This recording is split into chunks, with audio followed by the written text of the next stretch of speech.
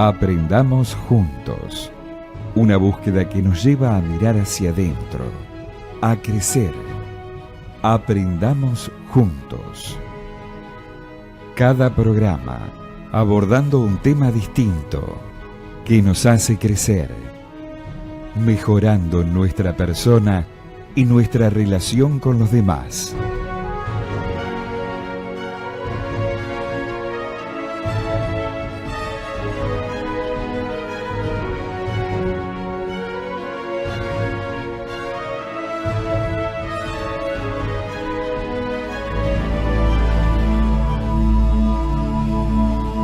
Muy buenas tardes, un programa más de Aprendamos Juntos. Y bueno, hoy nos encontramos un poquito despidiendo el año. Es el programa número 32 de este ciclo 2017.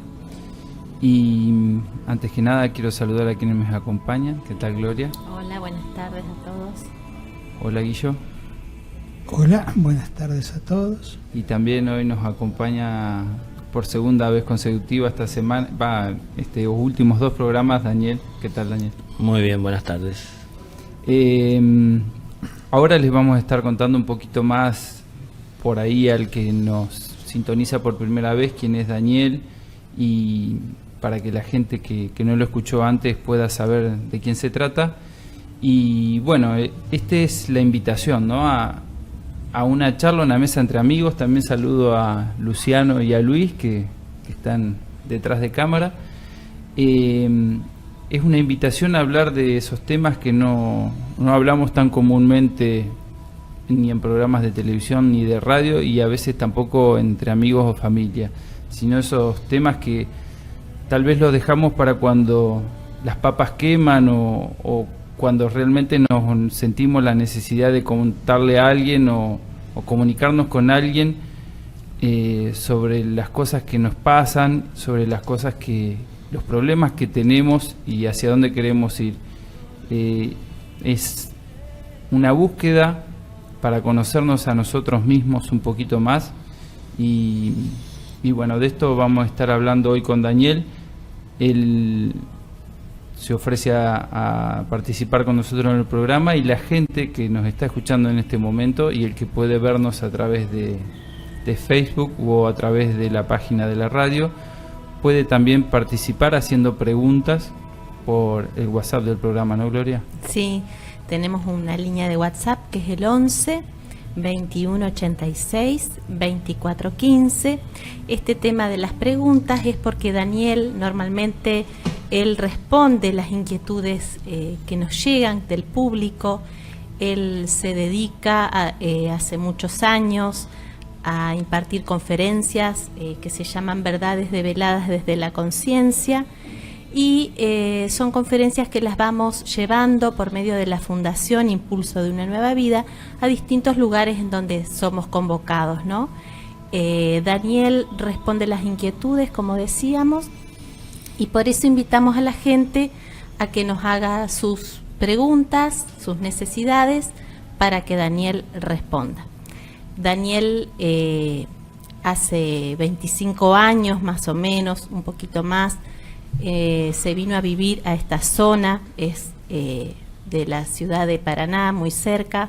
Él nace en Córdoba y a los 21 años él recibe un llamado a vivir una vida diferente, y bueno, a través de eso comienza a trabajar sobre sí mismo, y por eso sus experiencias las comparte con todos nosotros a través de estas conferencias, experiencias que él pudo realizar en su vida. Por ese motivo es que tiene tanta seguridad y conciencia y verdad para transmitir. La Fundación se encarga justamente de acompañar esa tarea que él hace para llevar esta enseñanza, y a través de una estructura, ¿no?, que por ahí en este mundo todavía necesitamos, que tenga una forma legal. Y bueno, esa fundación tiene una página de internet que es www.impulsodeunanuevavida.org, que allí nosotros siempre compartimos distintos audios, videos, fragmentos, mensajes, bueno, temas de la vida misma. Y bueno, hoy tenemos la oportunidad de de compartirlo una vez más. Es el 4º año consecutivo de este programa y bueno, Daniel ya nos ha acompañado bastantes veces y lo seguimos llamando y seguramente el año que viene nuevamente contaremos con su presencia. Muchas gracias, Gloria. Justamente recién nos mencionaba Gloria que lo de la página de la Fundación y hay una parte en la cual el que lo desea puede encontrar también una mini biografía tuya, Daniel, y yo justo hoy estaba leyendo y decía en una parte que vos tomaste conciencia de la necesidad de un cambio interior que te lleva a trabajar sobre sí mismo, que te llevó a trabajar sobre sí mismo. Yo te quería preguntar, ¿cómo podemos nosotros también ser conscientes de esta necesidad de cambio? Y entiendo que es empezando por ser sinceros, ¿no? Es decir, asumiendo todo lo que somos y lo que vemos en nosotros, no dedicar tanto tiempo a ver lo que el otro está haciendo bien o mal, sino que observar qué hacemos nosotros también, bien o mal, ¿no? Lo que está bien de alguna manera tenemos que fomentarlo, multiplicarlo, extenderlo, mejorarlo si es posible, y lo que está mal hay que cambiar, hay que modificar, hay que dejar de hacerlo, ¿no? Hay que tomar un compromiso con la vida para comenzar a producir ese cambio. No es que tan solo mágicamente eso se produce en uno porque un día uno lo encuentra, no sé, atento o conectado con la divinidad y por eso llega mágicamente. A mí me llegó de la manera que debía de llegarme y a cada quien, por supuesto, también le sucederá lo mismo, a su manera. A muchas personas seguro les llegará esa inquietud a lo mejor de producir un despertar o de tomar cierta conciencia de sus actos más profundas de lo que a diario se toma, a partir de escuchar a veces palabras de personas que por ahí hablan o con más conciencia o con más luz o sobre esos temas justamente que a veces no atendemos, pero en ese momento de nuestra vida sentimos la necesidad, ¿no?, de prestarle atención. Entonces esto a veces nos marca, se imprime en nuestro ser, si se quiere, y nos llega a dar una fuerza que a lo mejor sin saber de dónde viene, o por qué motivo, porque a mí, bueno, sentimos en nuestro interior que nos impulsa a prestar atención a cosas en nuestra vida que antes no atendíamos. Es decir, mucho tiene que ver con la consecuencia de lo que estamos haciendo, y ya no tan solo estar observando lo que vamos a obtener en el camino por el que transitamos, sino también lo que estamos generando a partir de cada paso que damos, ¿no? Entonces, cuando empezamos a prestar atención a ese aspecto también de la vida, vamos a empezar a sentir la necesidad de estar más atentos a lo que hacemos, para no ir dejando de alguna manera huellas confusas en nuestro paso, ¿no?, para quienes vienen detrás. Entonces empezar a hacer las cosas más claras. Sí, es como que la sociedad, todo es como que es muy difícil plantearse ese cambio, porque todos hacen lo mismo y ¿por qué yo voy a ser distinto? Si últimamente todos tienen ataques de pánico y bueno, ¿será que uno tiene que llegar a un momento en que le agarran ataques de pánico y es normal? Entonces, eso venía de esa parte de la pregunta. Y otra pregunta que yo me hacía, vos has mencionado muchas veces en tus conferencias el valor del pensar en el otro, de ayudar a la otra persona, y se ha hablado también de una ley de la compasión. Quería, si nos podés compartir y profundizar un poquito por qué, porque tal vez uno puede estar pensando, yo hago mi actividad, profeso una religión o hago yoga o hago X disciplina y yo me preocupo en estar cada vez mejor y eso me puede llegar a ayudar a evolucionar de cierta forma. Pero eso puede ser también muy egoísta y quedándose en uno mismo. ¿Cómo entra esto en ver al otro, en entender que hay otras personas que tienen necesidades y tener una empatía para con ellos? Sí, lo que hay que entender es que somos prácticamente 7 millones de individuos que vivimos sobre la Tierra. No es que la misión de todos es convertirnos en sacerdote o hacer un sacerdocio de la vida. Es decir, hay personas que tal vez ya están llevando adelante un cambio interno o en esa búsqueda han ido encontrando, ¿no?, de una vida mejor, y han conseguido mejorar su vida. Y esto intentan entonces, ya habiendo encontrado y habiendo corroborado que verdaderamente trae bien, intentan llevárselo a otros. Pero no es que todo el mundo tiene que estar haciendo algo por los demás, es que partimos todos del yo inferior, es decir, la preocupación o el interés del beneficio personal, de un bienestar personal. Y entonces, empezando por ahí, vamos a comenzar a reconocer en nuestro interior cuáles son las necesidades. Ese mismo interés que en algún momento comienza a ser más consciente, ¿no? Más consciente, digo, espiritualmente, de esa necesidad interior, personal, nos lleva también a ver en algún momento y a entender por una deducción lógica de que así como tenemos nuestras propias necesidades, nuestras debilidades, nuestra fortaleza, los demás deben seguramente también de estar pasando por situaciones similares, semejantes.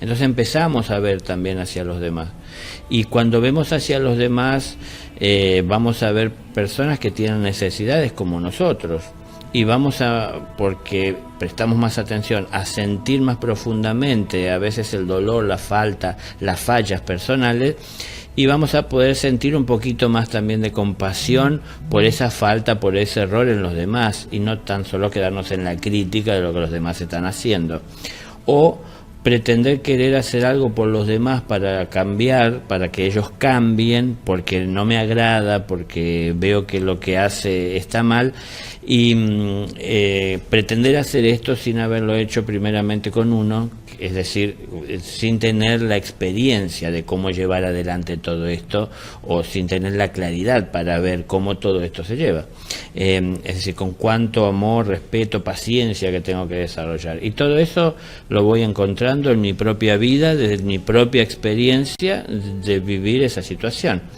Entonces hay personas que estarán en el proceso de primeramente reconocerse como personas que cometen errores, cometemos errores, no somos perfectos, buscamos cambiar esto, ¿no?, y mejorar.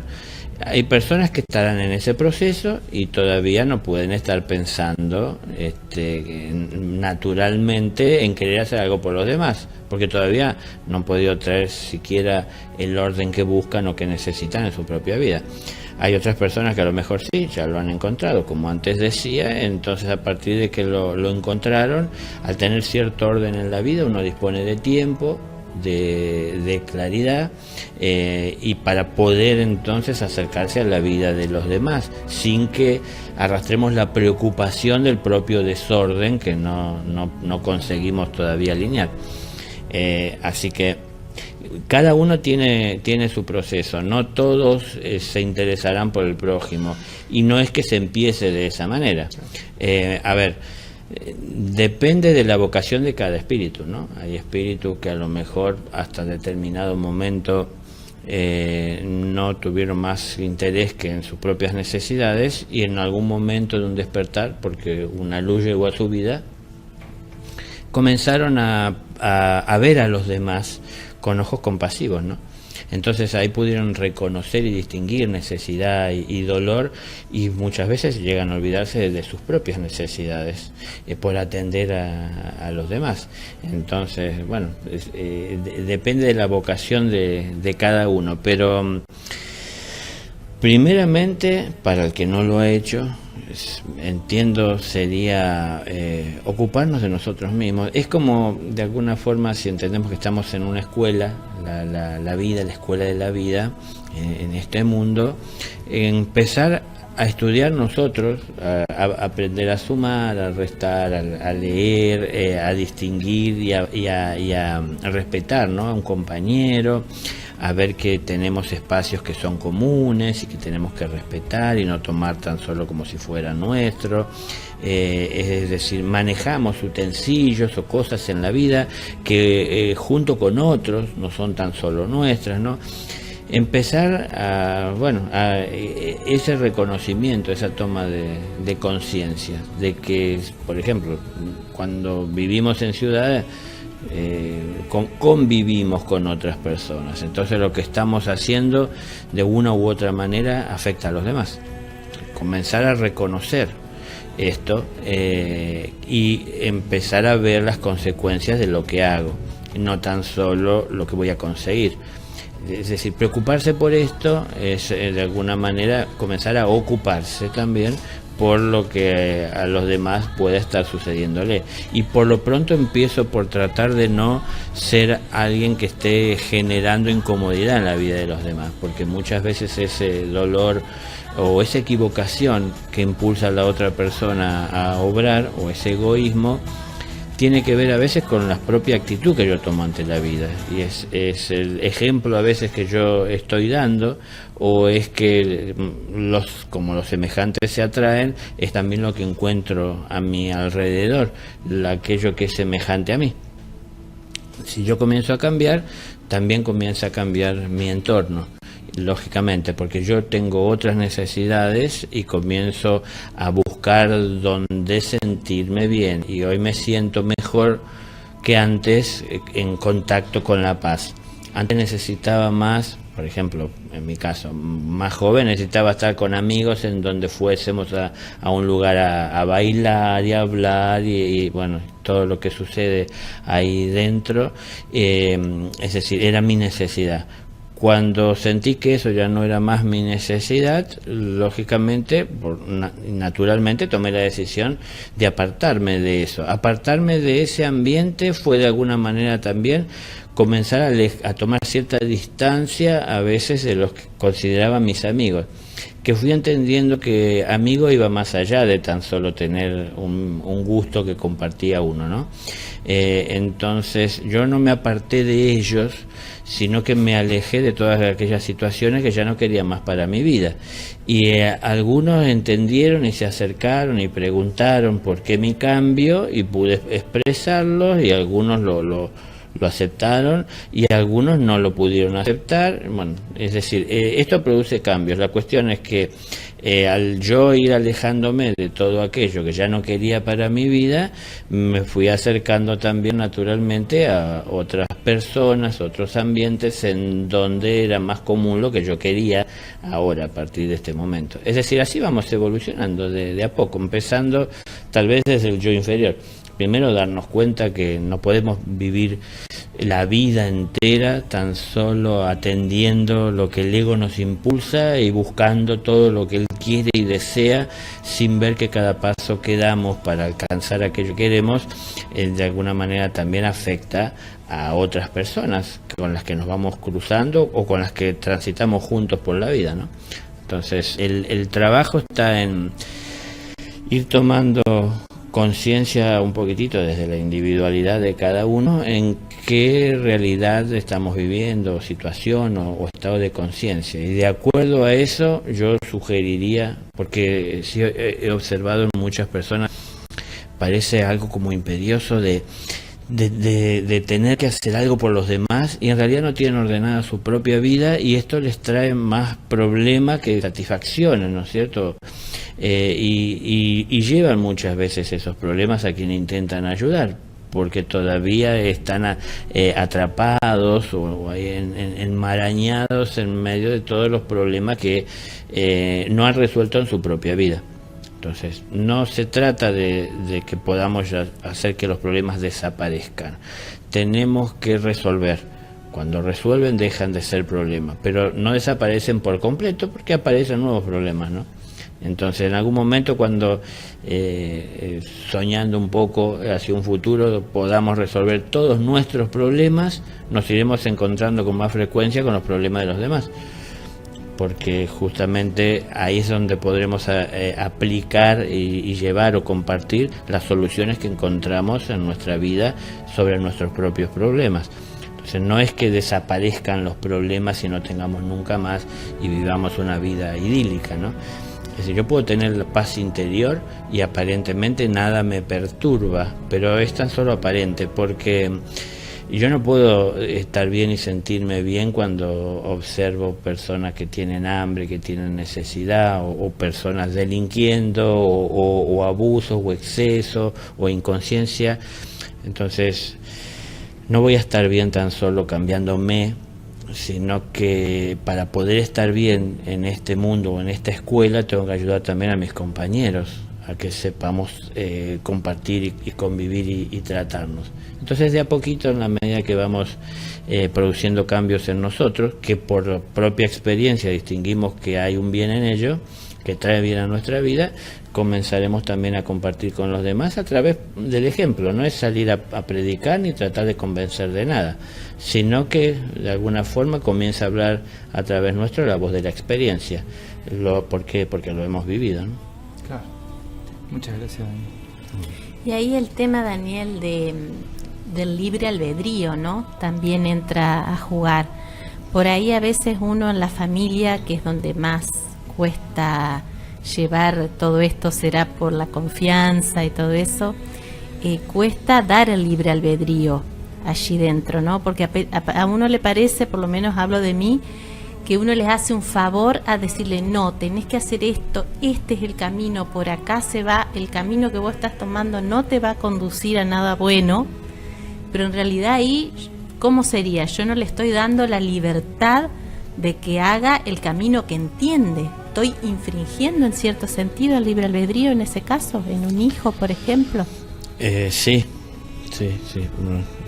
Sabes, también tengo 4 hijos, ¿no? Pero claro, cuando uno impone lo que uno entiende es lo correcto, no deja de ser otra cosa más que una imposición.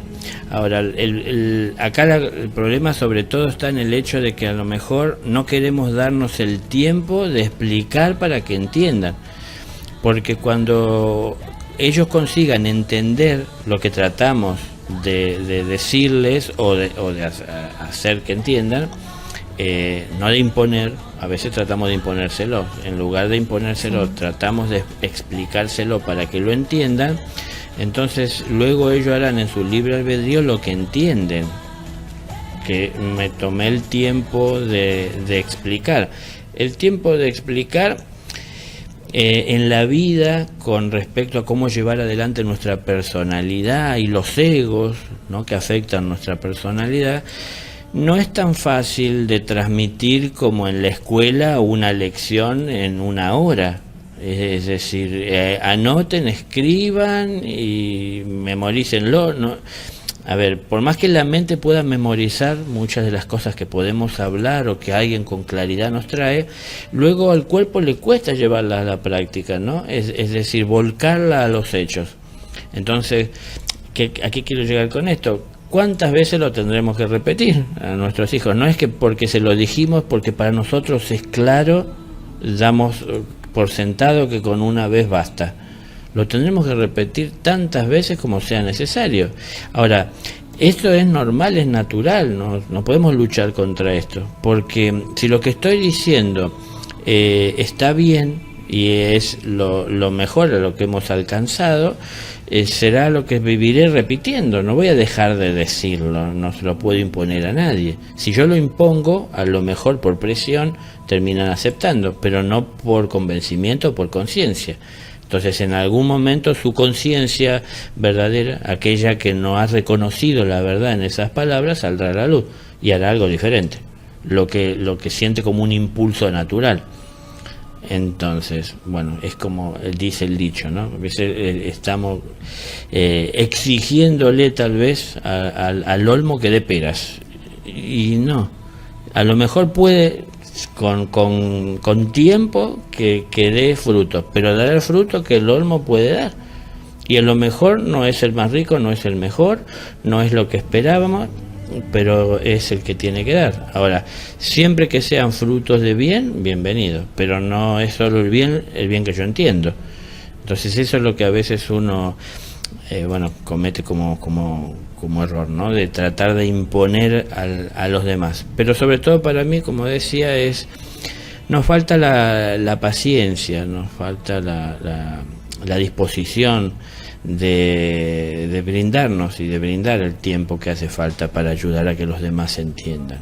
Entonces es sentarse a hablar, es estar presente, es sobre todo, y con los hijos es un buen ejemplo, no esperar a que aparezcan los problemas para entonces de alguna manera agarrarse la cabeza para ver qué hacemos o acudir a alguien que me pueda ayudar. Antes de que aparezca el problema hay generalmente muchas señales que comienzan a verse de que algo está pasando y saliéndose de un carril, ¿no? Entonces ahí es en donde uno tiene que estar siempre presente. Ni siquiera en el momento que aparecen los primeros indicios, sino siempre presente para tratar de que ni siquiera aparezcan indicios de querer desviarse del camino. Pero es delicado esto, como preguntabas, tomando en cuenta el libre albedrío, porque no es estar tampoco marcando el paso y presionando constantemente para evitar que se dé un paso al costado, sino siempre tratando de llevar claridad y respuestas que den verdaderamente una enseñanza. No ponerse el maestro, porque al final uno resulta ser pesado para los chicos, que uno los persigue por todo. Entonces, naturalmente una criatura es alguien que no ha hecho las experiencias que hemos podido hacer nosotros y tiene que hacer las suyas, y uno sabe que hay ciertas experiencias que nos ponen en riesgo en cuanto a la salud física, la propia vida, ponen en riesgo a otros, y hay otras que no son tan riesgosas y tan a lo mejor peligrosas, entonces podemos dejar que las hagan, o bueno, aconsejar siempre, hablarles con calma, con paciencia, con amor, de que entienda a lo que esto le puede conducir, ¿no? O tratar de preguntarle como si fuera su propia conciencia: ¿analizaste a dónde te conduce esta decisión que tomaste? Porque a lo mejor a veces ellos, como nosotros adultos, ven un aspecto, ¿no es cierto? O ven un fragmento de ese horizonte al que se dirigen, ven la parte que les interesa, pero no ven todo lo demás, ni en ese horizonte que buscan de alcanzar, ni en el camino que tienen que seguir para alcanzarlo. Entonces es todo lo que hay que evaluar, porque a veces es tan peligroso el camino que hay que seguir para alcanzar ese horizonte que parece ser el ideal, que más vale a lo mejor renunciar a ese horizonte o a ese objetivo con tal de no exponerse a tantos peligros que hay en el camino que hay que transitar. Entonces, como que yo a eso le llamo como poner sobre la balanza, ¿no? Es decir, ¿vale la pena recorrer ese camino, poner en riesgo la vida, la salud o las relaciones o un equilibrio interno por alcanzar esto que promete ser mejor que lo que tengo, aquello, ¿no? En ese futuro. Bueno, seamos realistas. Si tenemos una buena vida hoy, y buscamos constantemente de mejorarla, seguramente que será lo que en el futuro encontraremos, una vida mejor. Y en la medida que vayamos haciendo la experiencia de vivir en este estado de atención constante para mejorar, cada vez veremos con más claridad lo que está delante nuestro, ¿no? Entonces, el niño que recién ingresa a la escuela es tímido, muchas veces quiere que sus padres se queden con ellos y que lo acompañen, no conoce a ninguno de los compañeros que tienen, ni a los profesores que le dan la enseñanza, ni todo ese entorno, entonces hay que acompañarlo mucho. En la medida que pasan los días, o más o menos tiempo, ya nos mandan a los padres a la casa, que ya se pueden quedar solos, comenzaron a generar amistad con algunos, a sentirse más identificados con determinadas enseñanzas o actividades. A ver, es la evolución.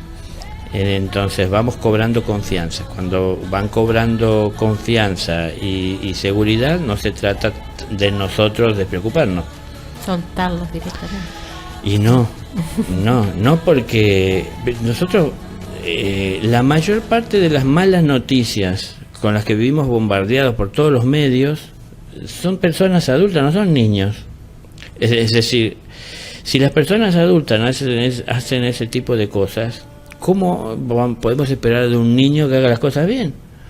Entonces no podemos exigirle. ¿Por qué le exigimos muchas veces? Porque no tenemos la paciencia para tener que tratar con su, no sé, a veces o rebeldía, o rebeldía contra lo que decimos, pero en realidad buscan de defender lo que sienten. Entonces ayudarle a entender que a lo mejor lo que está defendiendo está equivocado, que lo mejor no es la mejor forma, que bueno, a lo mejor lo que están haciendo es más claro, sincero y directo que lo que hacemos nosotros, que somos a veces actores y no somos reales, ¿no? Entonces los niños buscan de decir la verdad y a veces duele, entonces nosotros les enseñamos que hay cosas que no hay que decir y solapadamente les enseñamos a mentir, no decir lo que sienten. Bueno, hay que ver todo esto, cómo lo vamos acompañando.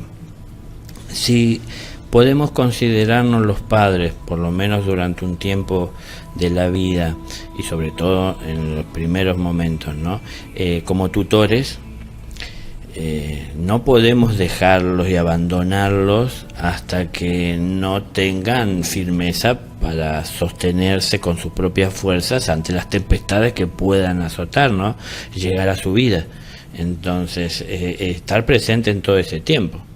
Un momento que el tutor abandona a la criatura por atender sus propias necesidades puede ser el momento en que llega una tormenta, el cual lo doble y eso deja una marca en su vida, ¿no? Después es difícil cambiar, corregir, modificar esa realidad.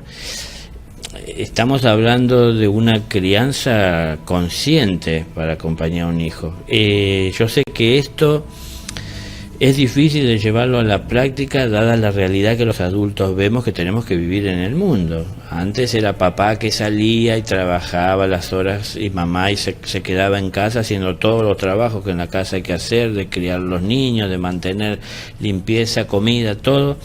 Pero era el orden. Hoy ya la mamá en general no puede estar en la casa porque no alcanza con lo que papá trae y hace, y a veces no es tanto esto, sino que mamá no quiere sacrificar su vida a quedarse en la casa porque también quiere tener su propia vida.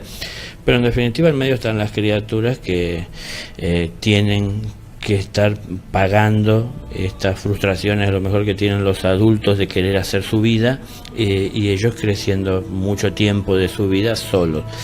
Que bueno, más allá de esto es una realidad tal vez muy común o que se da en muchos hogares, pero digo, más allá de esta realidad, el tiempo que podamos disponer de estar con nuestros hijos debería ser de la mejor calidad, ¿no? Que compartamos, que no lo veamos como una carga cuando estamos cansados, que bueno, es decir, cosas que a veces los padres erramos en muchas oportunidades, cuando más estamos respondiendo a lo que sentimos nosotros que a la necesidad de la criatura.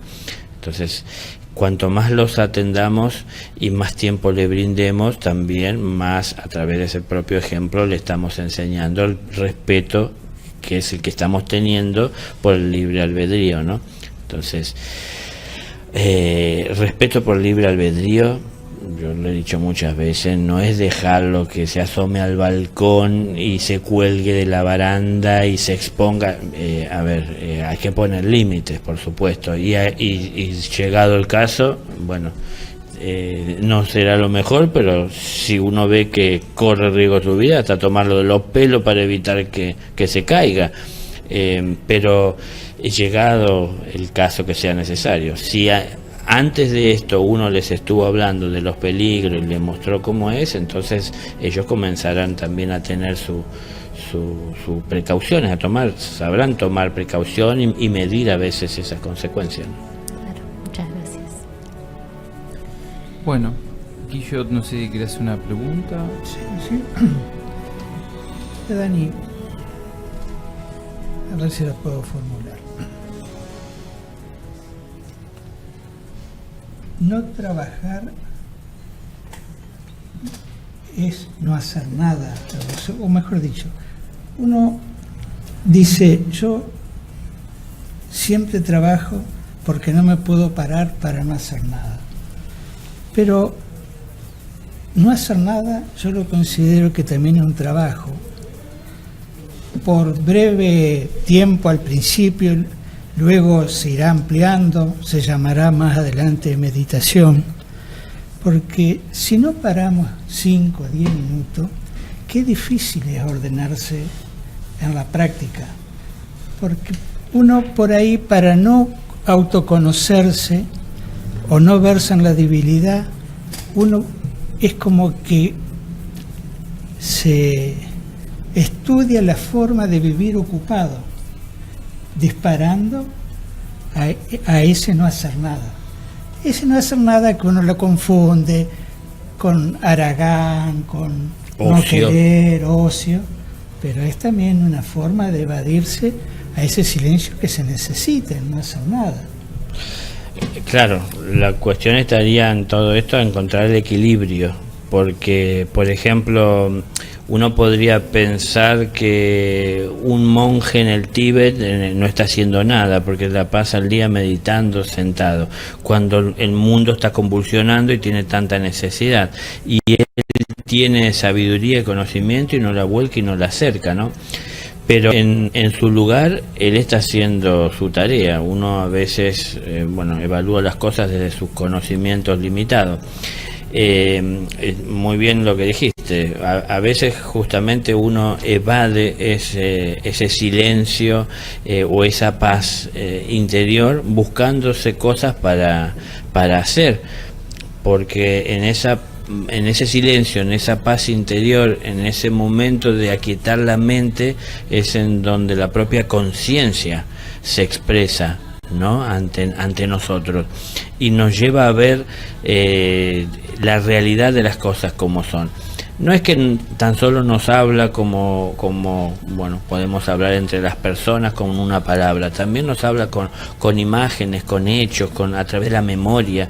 Entonces vamos a empezar a ver situaciones, cosas en la vida que hemos ido pasando o cómo las estamos encarando, o hacia ese futuro que nos encaminamos, y nos va a llevar a reflexionar sobre lo que estamos haciendo, sobre lo que hicimos. Es decir, sobre aquello que pensamos que puede ser, y esto nos lleva a cuestionarnos un poco si lo que hacemos es lo correcto, para no caer en todo este enredo, a lo mejor que puede parecer mental, que nos puede resultar como un problema que tenemos que tratar.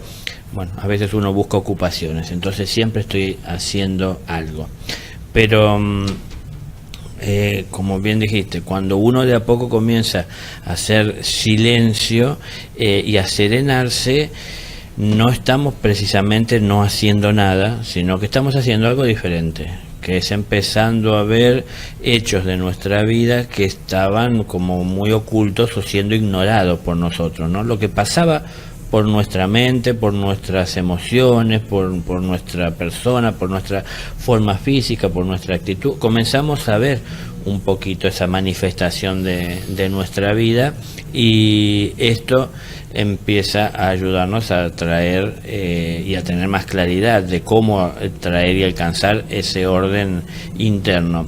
Pero no hay que confundirse. Hay un momento en el cual necesitamos hacer silencio, pero la vida no pasa tan solo por hacer silencio. Es decir, uno tiene que estar atento al momento y a la situación en donde a uno le corresponde tomar parte e intervenir para, como siempre, o aportar, o de alguna manera uno enriquecerse tomando de la experiencia de la vivencia, aquello que nos ayuda a crecer en conciencia, o ambas cosas a la vez. Es decir, mientras estoy aprendiendo con la situación, también estoy aportando de mis conocimientos para ayudar a que todo esto se desarrolle de la mejor manera posible. Pero sí es un gran problema quedarse quieto. lo sé y no puedo evitar pensar en lo que a mí me pasaba al principio cuando iba a la montaña, ¿no? Yo buscaba mucho tiempo de sentarme a hacer silencio, pero también mucho tiempo, al principio, me ponía a caminar. Entonces yo, por ejemplo, resolvía mejor el desorden mental que tenía caminando. Mientras caminaba y prestaba atención, lógicamente, por dónde caminaba y hacia dónde me dirigía, estaba también resolviendo mentalmente el desorden que tenía. Y veía cómo, cosas de mi vida las atraía voluntariamente para reflexionar sobre lo que estaba haciendo, sobre lo que había hecho. Entonces veía que muchas cosas que aparentemente en su tiempo yo había concluido, porque había empezado y terminado según lo que consideraba hasta ese momento, en realidad no lo había llevado bien adelante. Entonces cuando hacía ese análisis con el tiempo, podía extraer enseñanza que en su momento no supe ver, ¿no? Y ver que las cosas no habían salido tan bien como yo pensaba, que había cometido muchos errores y no me había equivocado en todo, entonces había cosas que tenía que cambiar y que aprender.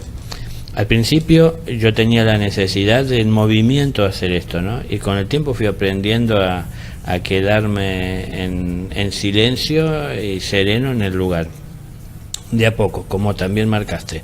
Con el tiempo uno llega a entender lo que es meditar, ¿no?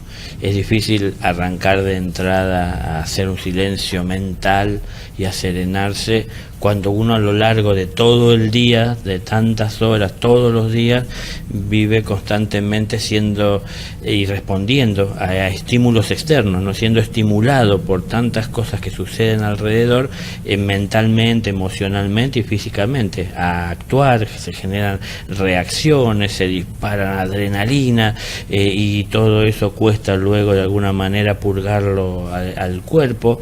La emoción se desata en un segundo por una situación y es algo que no alcanzamos ni a poder medir el tiempo porque es instantáneo, pero luego cuánto tiempo nos lleva a procesar todo esto para poder traer un orden, una paz. Bueno, si uno está atento, que es a través de la meditación del silencio, a que no nos genere la emoción un desequilibrio, es decir, que perdamos el control de ella, podemos llegar a mantenernos equilibrados, formando parte de ese hecho, de ese suceso, de alguna manera más productiva. Pero cuando se genera una reacción en nosotros, nos alteramos y lo que hacemos ya es como alterado y no es del todo claro.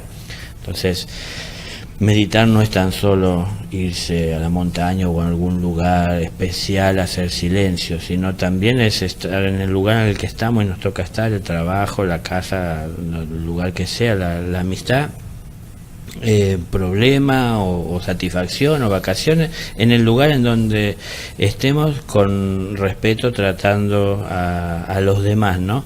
Es decir, prestando un poquito más de atención a lo que hacemos y las consecuencias de lo que hacemos, que no es tan solo la consecuencia que alcanza a los demás, sino también las consecuencias que me encuentran a mí como responsable, y lo que eso trae a mi vida, ¿no?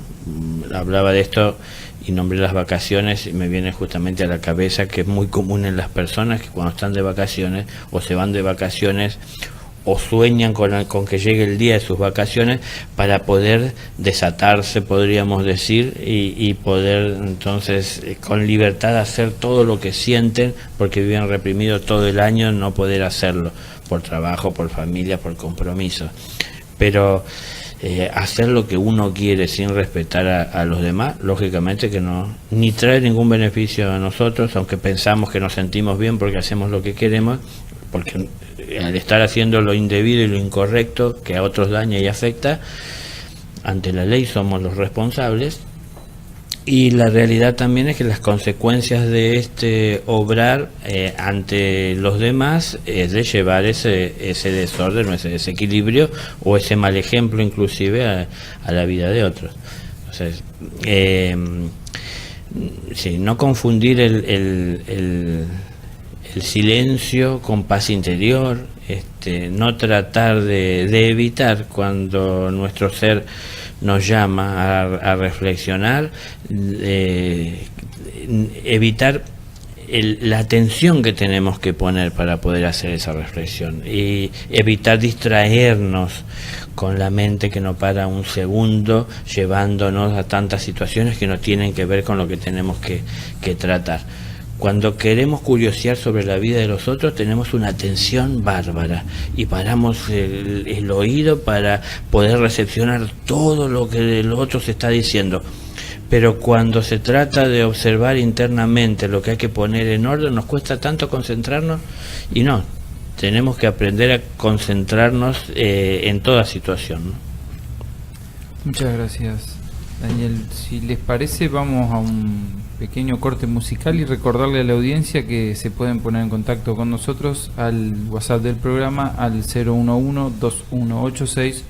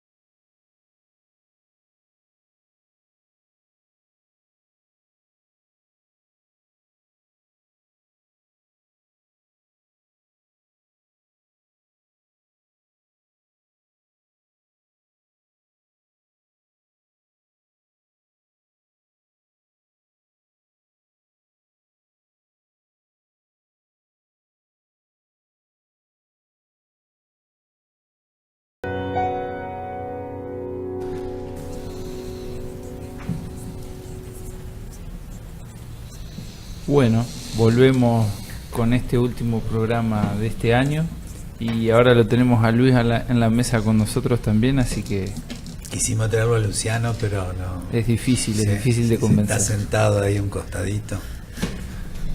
No cabemos más en la mesa. Somos 4, digamos. Sí, sí.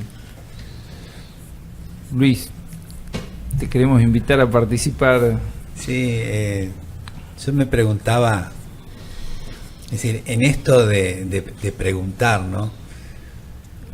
nosotros comentamos cómo son las conferencias de Daniel y un poco que queremos hacer en la mesa lo que sucede cuando hay mucha gente presente. Y me surge el cómo poder identificar en uno mismo cuándo son preguntas que vienen de una necesidad, vienen de una inquietud interna, y cuándo son curiosidades, porque uno en determinado momento quiere saber, quiere entender, quiere conocer, pero no deja de ser una información que no nos sirve para mucho. Entonces, internamente, cuando nos surge una pregunta, ¿cómo saber si esa pregunta viene de una inquietud, de una necesidad?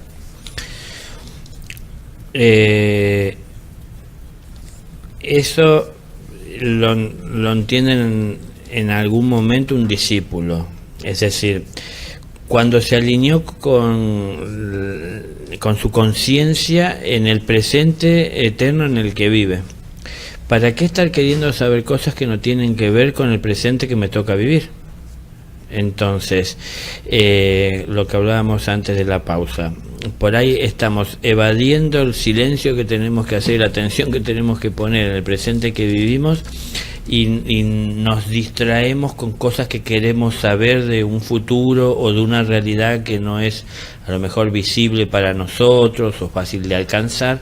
Entonces queremos conocer y saber más. En la vida siempre vamos a tener que desenvolvernos llevando el amor más puro posible adelante, o siguiendo ese amor para hacer todo lo que hacemos. Y esto nos va de alguna manera dejando enseñanzas y trayendo respuestas. Cada experiencia que tenemos que vivir, cada situación que se presenta que hay que resolver. Este querer saber a veces a través de preguntas sobre cosas que a lo mejor uno escuchó en algún lugar y no tuvo del todo claro, o quisiera que, bueno, justamente se la aclaren, nos lleva a querer saber sobre temas que en realidad ni sabemos si verdaderamente alcanzarán nuestra vida, o si hay verdad, siquiera certeza de que así será. Entonces nos llenamos la cabeza de información. Tiene que ver con que la mente quiere normalmente, antes de dar el paso, saber si es el correcto. Entonces, por las dudas, llegar a ser que en algún momento lo necesite, quisiera tener la respuesta del por qué, no sé, el ángel de la guarda está. Entonces siempre por las dudas y por si acaso, y tratando de estar preparados. Pero si entendemos que es una escuela, y lo hemos repetido muchas veces, la vida, si estamos en el aula en este momento, en el momento que estamos, la vida nos está dando una enseñanza, siempre. El maestro nos da una enseñanza. Si mientras me da la enseñanza yo estoy pensando en hacer una pregunta más profunda, más elevada, o que tiene que ver con los otros grados que todavía no he alcanzado, no sé, o aún con mi pasado, que ya es un tiempo que transcurrió en mi vida, no estoy prestando atención, o dejo de prestar la atención por lo menos correcta o debida a la situación que estoy viviendo. Entonces, mientras dedique tiempo a pensar en mi pregunta, mientras dedique tiempo a atender la respuesta posible para mi pregunta, es ese tiempo en el presente en el cual desatiendo, aunque sea parcialmente, el presente que vivo y lo que la vida me da. Pero claro, el estar junto con un amigo, conversando lo que todos los días converso con mi amigo, hablando siempre de los mismos temas, aunque lleguemos a distintas conclusiones, usemos distintas palabras, parece algo monótono, y sería más bueno ocupar un momento de hablar de otras cosas más elevadas, más profundas o lejanas, o que me traigan alguna seguridad. Pero estoy perdiendo ese presente de la relación, en la que podría estar hablando cosas que sirvan para construir en el presente o en un futuro más inmediato, desde hablar de la propia experiencia que tengo, que fui adquiriendo, o desde la conciencia que fui tomando, de la atención que tengo que prestar en la vida, ¿no?, para saber tomar las enseñanzas que llegan a través de cada experiencia, de cada situación, y eso, la atención que tengo que poner para poder aplicar eso que he ido aprendiendo en cada situación que vivo en la vida, en cada momento, ¿no? Es ver en qué momento encaja esa pieza para poder de alguna manera entonces sumarla. Bueno, este es lo queremos llamar como rompecabezas que vamos armando. Pero está queriendo saber hoy sobre la pieza que a lo mejor algún día me toque colocar sin siquiera saber si es como que no tiene mucho sentido. Y esto yo empecé diciendo que un discípulo es algo que como tal vez muy al inicio él entiende. Es decir, que se tiene que alinear en el presente en el que está, sin tratar de querer saber nada que no sea más que necesario y no estar siguiendo los impulsos de la curiosidad.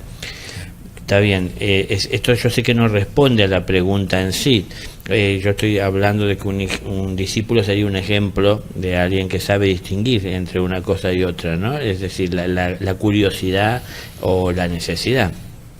Pero la necesidad, por eso decía todo lo que decía, siempre está más en relación con la vida que llevamos y con el presente que vivimos. Esa es la necesidad.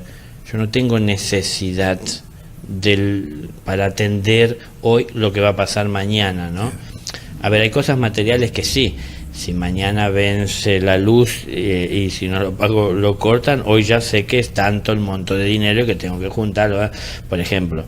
Pero ahí, si nos referimos más a temas que tienen que ver con el espíritu, de índole espiritual, o en el trabajo, o en ese descubrimiento, ver que, bueno, es decir, ¿qué importa si el trono de Dios es dorado o si está en un lugar elevado o al ras del suelo?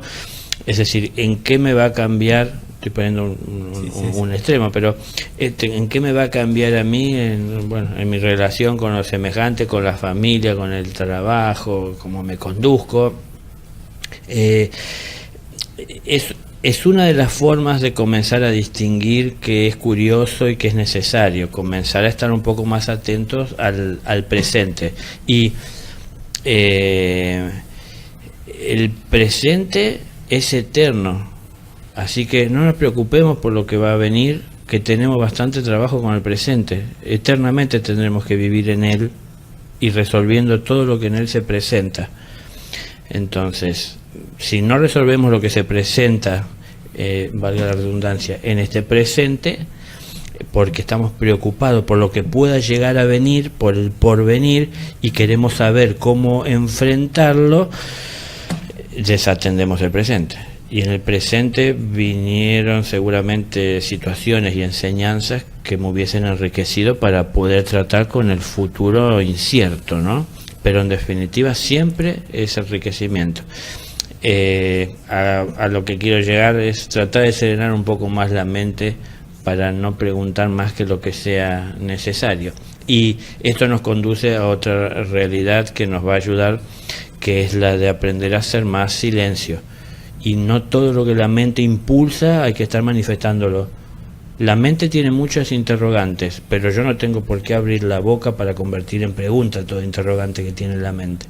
Es decir, si estoy ante el maestro que me está dando la enseñanza, me está enseñando a sumar 2 más 2, y me parece una cosa tan simple y primitiva, pero en definitiva, si no lo sé hacer, es lo que me toca y me corresponde. Pero mientras él me está dando esta enseñanza, yo estoy pensando todo lo que tendrá en su conocimiento, en su conciencia, cómo me gustaría preguntarle qué hay en la casa donde él vive, el lugar de donde él viene, o en las aulas que me esperan más adelante. Si él tiene posiblemente respuesta a todo eso, pero lo que me está dando en este momento es lo que necesito, ¿no?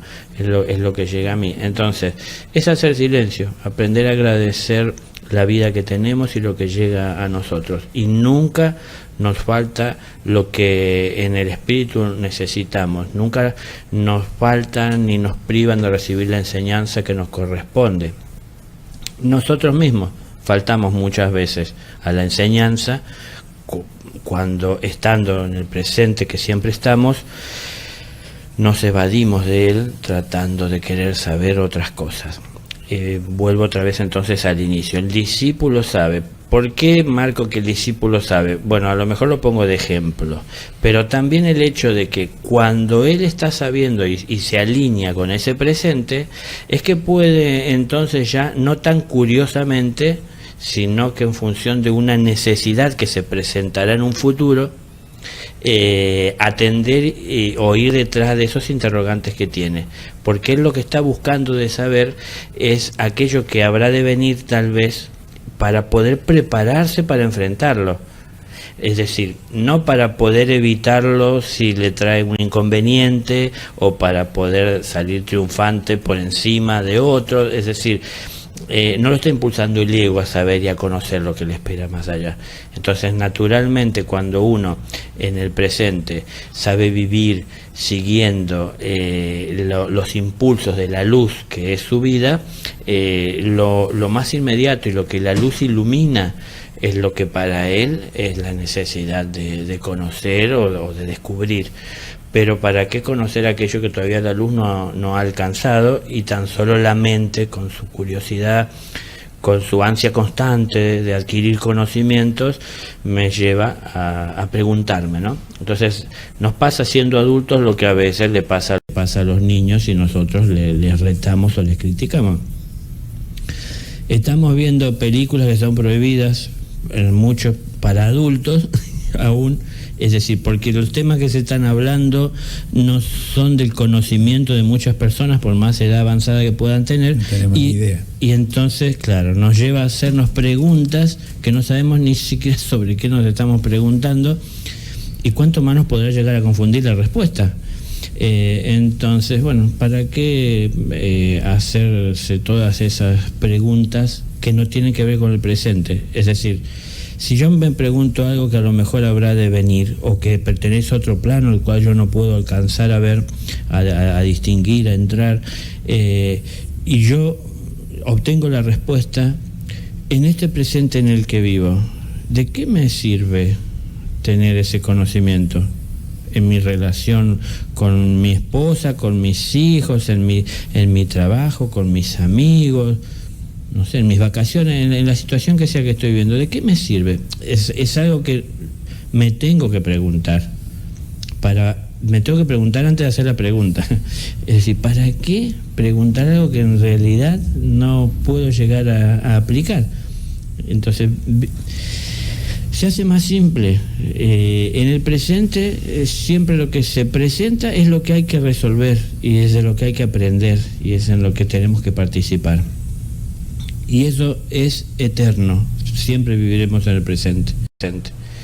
¿Para qué estar todavía agregándole a ese presente cosas que no sabemos si serán ciertas o no? Entonces, tratemos de dejar de hacernos preguntas innecesarias y estemos más atentos a las lecciones necesarias que nos da la vida en el presente, ¿no? Sé que no respondí cómo distinguir una cosa de otra, pero quiero decir que es difícil distinguir una cosa de otra hasta que uno no se alinea en el presente. Por eso ponía de ejemplo el discípulo. El discípulo es alguien que se ha comprometido con la enseñanza y él ha reconocido muchos de los errores que comete y el defecto que porta, muchas, si no todas también, de las virtudes que se expresan a través suyo o que ya han sido conquistadas, pero se ha comprometido con la enseñanza de tal manera que está dispuesto a sinceramente ser el juez más severo con sus propios actos, sobre sí mismo. No es alguien que estará dando vuelta o confundido por los egos. La mayor parte de las personas lo están. Entonces, al estar confundido con los egos, es difícil distinguir cuándo es curiosidad, cuándo es necesidad. Como varias veces me han preguntado, ¿cómo distingo yo cuando el impulso viene del corazón o viene de la mente? Bueno, es decir, en realidad si no sabemos distinguir lo que hay dentro nuestro, qué difícil va a ser poder distinguir en la necesidad del otro o cómo poder ayudarlo. Por eso, primeramente, entonces uno tiene que comprometerse más con esa enseñanza. Y sobre todo, y esto aún como discípulo, en un momento se le enseñará hacer silencio, el valor que tiene el silencio. Es que esto es así, Dios se expresa en el silencio. Cuando uno hace silencio, puede percibir a Dios en su expresión. Y digo, percibir a Dios en su expresión, que no es solo hablando. Dios se expresa a través de toda forma de vida y por todo medio que encuentra y tiene a su disposición para expresarse. Cuando uno hace silencio, lo puede percibir de muchas formas, no tan solo como uno lo espera o como uno quisiera.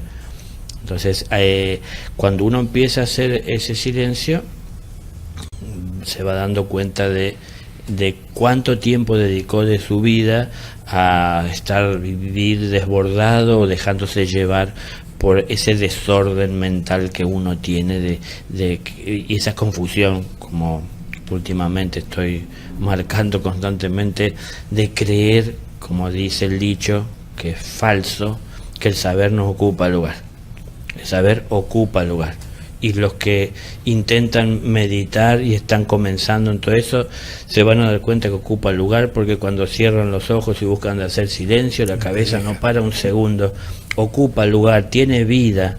Es decir, por eso se manifiesta, por eso aparece el pensamiento, por eso aparece la imagen, por eso está la distracción, por eso tiene fuerza para poder imponerse, por eso puede contra nosotros, que somos los que pensamos en que pensamos, y en realidad la mente nos está pensando a nosotros. Es decir, ella tiene más fuerza que nosotros, no le podemos poner ese orden. Entonces, empecemos a cuidar. El saber ocupa el lugar, y hay que ver entonces qué lugar ocupa. No se trata de no saber, sino se trata de saber lo necesario. Cuando sepamos poner ese orden y canalizar cada conocimiento y cada enseñanza al lugar que corresponde en la mente, porque tendremos el control, no estará pensando la mente por nosotros, nosotros utilizaremos la mente para pensar, para resolver. Entonces sabremos, como una biblioteca, a dónde acudir, dónde está determinado volumen, dentro de determinado volumen dónde está el conocimiento, la información, el dato que necesitamos, y acudiremos solo a él, y eso manejaremos. Pero mientras no tengamos ese orden y vamos, no sé, terminamos de hablar con una persona que nos dio la receta de cómo hacer la torta frita, y al rato hacemos la pregunta de cómo distingo el impulso del corazón de la mente. A ver, estamos mezclando conocimientos, información, que si no sabemos ordenar y canalizar cada cosa a su lugar, luego todo eso se nos mezcla. Entonces, cuando tenemos que resolver en la vida, en un hecho concreto que nos toca vivir en el presente, alguna situación, salir adelante o participar, es en donde comienzan a llegar entremezcladas las informaciones.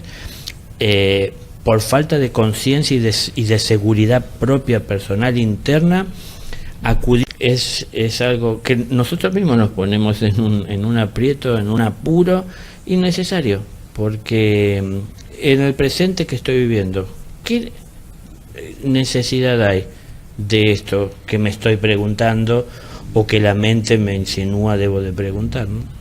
Se terminan de 1000 preguntas que tengo, se terminan 999 más o menos. Vamos a venir a hacer silencio la próxima vez. Va a ser complicado la radio. Sí. Sí. Sí, yo la pregunta que quería hacerte, Dani, es sobre, más allá que uno está buscando formas virtuosas de vivir ya como resultado de un trabajo interno, ¿qué brújula me podés explicar? A ver, el éter, cuando el éter, la virtud, uno le irradia, ese servicio limpia el éter, y cuando está mal lo ensucia el éter, para que llegue como un servicio al mundo, porque también es algo que a mí me ocupa nada más y muy poco, que nuestra acción es cercana siempre, y yo a veces me pregunto ¿cómo ayudar a un japonés? Un ejemplo que sé que yo no conozco mucho, pero que está prácticamente a 24 hectáreas abajo de nosotros. Del otro lado del mundo, sí. Sí, por supuesto, porque en realidad toda la energía que circule por todo el universo, los ángeles se encargan de su circulación y de alguna manera también atenuar aquello que puede impactar de alguna forma a alguien que no se ha encontrado con el equilibrio, con la preparación para poder absorber eso que está circulando o siendo irradiado. Si yo empiezo a mejorar mi vida y a volver mis actitudes más conscientes, empiezo a hacer el bien más que a vivir desatento haciendo tan solo lo que me conviene, comienzo a generar esa energía positiva. Y si comienzo a generar más energía positiva, los ángeles de alguna manera se acercan más a mi vida, los ángeles se ven favorecidos en su trabajo porque uno pone también a su disposición esa energía positiva para que ellos puedan llevar, compartir, es decir, alcanzar a aquel que necesita, no transportar. Entonces, bueno, ellos se mueven dentro de esos planos del éter. Es que en realidad las cosas son más complejas que lo que muchos piensan. La ciencia descubrió la existencia hace un tiempo ya del átomo y entiende que ha podido ver cómo está de alguna manera mayormente, ¿no?, constituido, con siempre un relativo equilibrio y orden interno, equilibrio de fuerzas entre positivos y negativos, pero es que ese equilibrio y ese orden, que es lo que la ciencia nunca va a ver, es decir, así materialista como está, sin tomar en cuenta el espíritu, que hay una conciencia y hay un propósito detrás de ese átomo que lo mantiene en ese orden y en ese equilibrio, ¿no? Entonces todo eso está de alguna manera formando parte de ese éter, ese plano más sutil, más elevado, más permeable a las impresiones, a través de la cual circulan justamente todo lo que tiene que ver con las irradiaciones, y a su vez también me afecta. Aquello que pueda llegar a ser negativo repercute en mi negatividad. Entonces yo no soy una persona negativa, pienso de mí mismo porque no le quiero hacer mal a nadie, no le deseo el mal a nadie. Pero cuando no hago nada bueno por los demás, tengo mis aspectos negativos. Entonces de alguna manera repercute eso en mí, porque no soy una buena persona tan solo porque no hago mal. Puedo ser considerado una buena persona cuando estoy haciendo algo bueno por los demás, ¿no? Todo eso repercute en el éter, todo eso se irradia, todo lo que tenga que ver con luz, no hay nada que lo pueda detener, no hay oscuridad que pueda detener la luz. En cambio la luz puede abrirse camino, como digo, en la oscuridad no puede ir en contra de la luz por más pequeña que sea. Es decir, los ángeles no están transportando oscuridad, ni esto llega a grandes distancias, ¿no? Es decir, tiene menos alcance la irradiación negativa que la positiva. Entonces, de alguna manera, si todo el mundo egoístamente está viviendo, hay una irradiación negativa que afectará a todo el mundo, porque es que en todos lados hay eco para todo esto.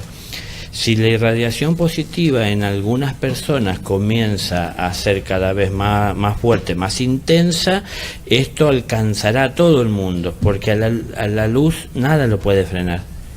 En cambio, la oscuridad desaparece cuando se encuentre con la luz más pequeña, ínfima, ¿no?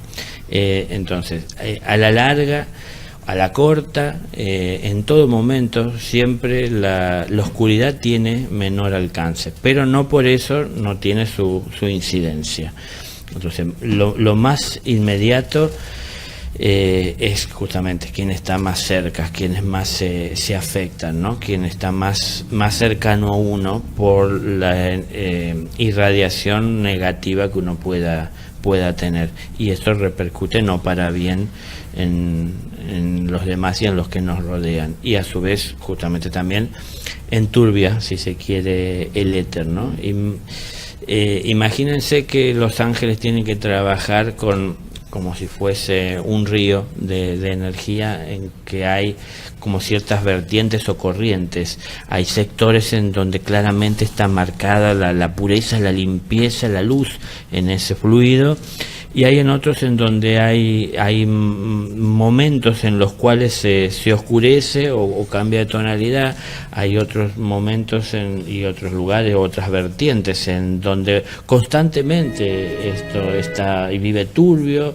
Hay unos en que hay tal contaminación que hasta a ellos les daña al tener que acercarse a esto.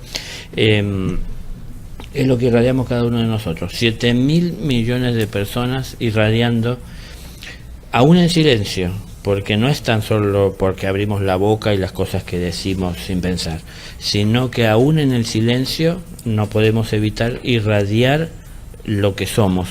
Entonces, si comenzamos a cambiar, vamos a seguir igual irradiando lo que somos, pero somos personas que están cambiando, somos personas que están buscando tomar conciencia, somos personas que están empezando a valorar a las demás personas y a analizar un poquito de lo que están haciendo y las consecuencias que esto tiene, ¿no? No importa el lugar del mundo donde se encuentren las personas, a ellos llegará siempre todo aquello que es de Dios. Y no importa de dónde proviene, de cualquiera de sus hijos, no importa quién sea de los 7.000 millones que hay sobre la tierra, ¿no? En un momento de iluminación, aún la persona que pueda parecer menos evolucionada, en un momento que tienen de luz, en un segundo en la meditación, en donde consigue alcanzar un poco ese corazón de Dios, está sintiendo en su corazón esa luz, ese amor, esa paz, y en ese segundo que lo alcanzó es un segundo de irradiación que los ángeles están tomando y trasladando y alcanzando a quien sea en cualquier lugar del mundo, ¿no? Es decir, para el amor no hay frenos, para la luz no hay frenos, no hay límites, no hay un océano que pasar y horas de camino para llegar y esfuerzos, es decir, el amor nunca encuentra barreras, ¿no? Que es lo que lo frena. Yo te escucho hablar y mencionás algunos temas, algunos puntos en particular, por ejemplo, de los ángeles, y cuando uno habla de Dios, y me ubico por ahí en los zapatos de alguien que cree en aquello que está comprobado, por ejemplo un científico, que afirma sobre lo ya verificado. Y a mí me resulta afín poder hablar estos temas, me resulta hasta cotidiano, es decir, uno tiene afinidad. ¿Cómo se puede dudar con inteligencia? Porque ni ser un creyente ciego de lo que se nos dice, ni ser un negador que solo repite aquello que está en un teorema, que está la hipótesis, la verificación. Es decir, ¿cómo dudo con inteligencia y cómo me puede llegar a servir esa duda? Porque también tal vez la duda hace que niegue si no es inteligente. Claro, la lógica parece decir que solo se puede afirmar lo comprobado. Pero, ¿cómo podemos, utilizando, me parece, la misma lógica, afirmar la no existencia de lo no comprobado, si no lo hemos comprobado? Claro. Digo, desde esa visión hay que entender que uno tiene que someter a duda y estar abierto. Puede que no sea lo que a lo mejor con fuerza a uno lo marca para sus investigaciones, pero uno tiene que dejar siempre la puerta abierta. Nosotros, bueno, parece naturalmente preguntarnos, ¿habrá vida en otros planetas? Sí, podemos preguntarnos esto. Me parece un poco que hay una lógica que a lo mejor no estamos usando en ese pensamiento de ver la vastedad del universo, y la propia ciencia con sus investigaciones nos hable de que va mucho más allá de su alcance, y en todo esto sigamos dudando de que pueda llegar a ver. Es decir, estamos todavía como hace 500 años atrás pensando que el mundo era plano, claro, o todo el universo fue creado después o gira alrededor de nosotros. A ver, entendamos que no gira toda la creación alrededor nuestro, entonces tenemos que estar abiertos a esa comprensión. Por lo menos someterlo a duda, es decir, dejar una puerta abierta en lo que hace a la duda. Lo que hemos comprobado físicamente no lo vamos a negar, pero tampoco quiere decir que lo que hemos comprobado físicamente sea el fin de una historia o de una investigación. De repente llega una realidad en la cual, y bueno, yo esto lo puedo hablar por experiencia, uno puede ver o entender que todo está conformado por átomos que tienen distinta composición y cargas energéticas. Sin embargo, se mueven a un tiempo que es distinto en el tiempo que nos movemos nosotros. Entonces, aparentemente están estabilizados. Entonces, esta copa en la que yo tengo bebida, cada vez que vengo la encuentro con el mismo formato, con la misma transparencia, con la misma forma. Sin embargo, entendemos que tiene un átomo que no se detiene, que tiene un centro, que tiene alrededor, ¿no es cierto?, cargas que están orbitando, moviéndose, está en movimiento constante. ¿Podemos aceptar, entender esto? Yo les puedo afirmar que podemos ver en movimiento las cosas, si miramos con otros ojos, ¿no?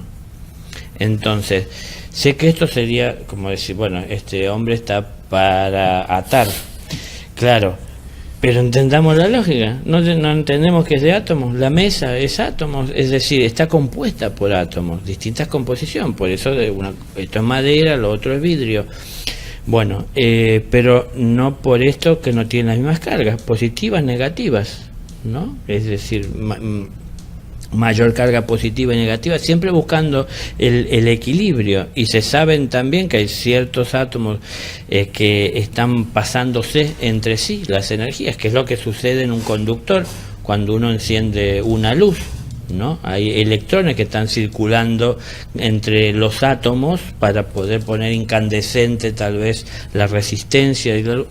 Es decir, hay movimientos, lo podemos manejar, pero nosotros cuando vemos el conductor, vemos que se mueve, vemos los átomos, nos parece una cosa estática, no, hay una energía moviéndose. Entonces, no es que esto es algo inerte, lo material, y sí dentro tiene una energía que está en movimiento, está compuesto por esa misma energía en movimiento. Entonces, es decir, no soy, creo, el único loco que piensa eso. Es que todos lo podemos llegar a ver, observar, y a cualquier científico que se lo preguntemos nos transmitirá esto. Hay algo más allá de lo que vemos en la copa. Exactamente. Y que nos costaría aceptar, pero porque nunca nos pusimos a pensar en eso.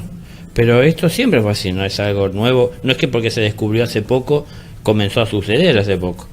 El átomo está desde siempre, es decir, el universo está conformado por él, ¿no? El átomo está en donde no hay materia.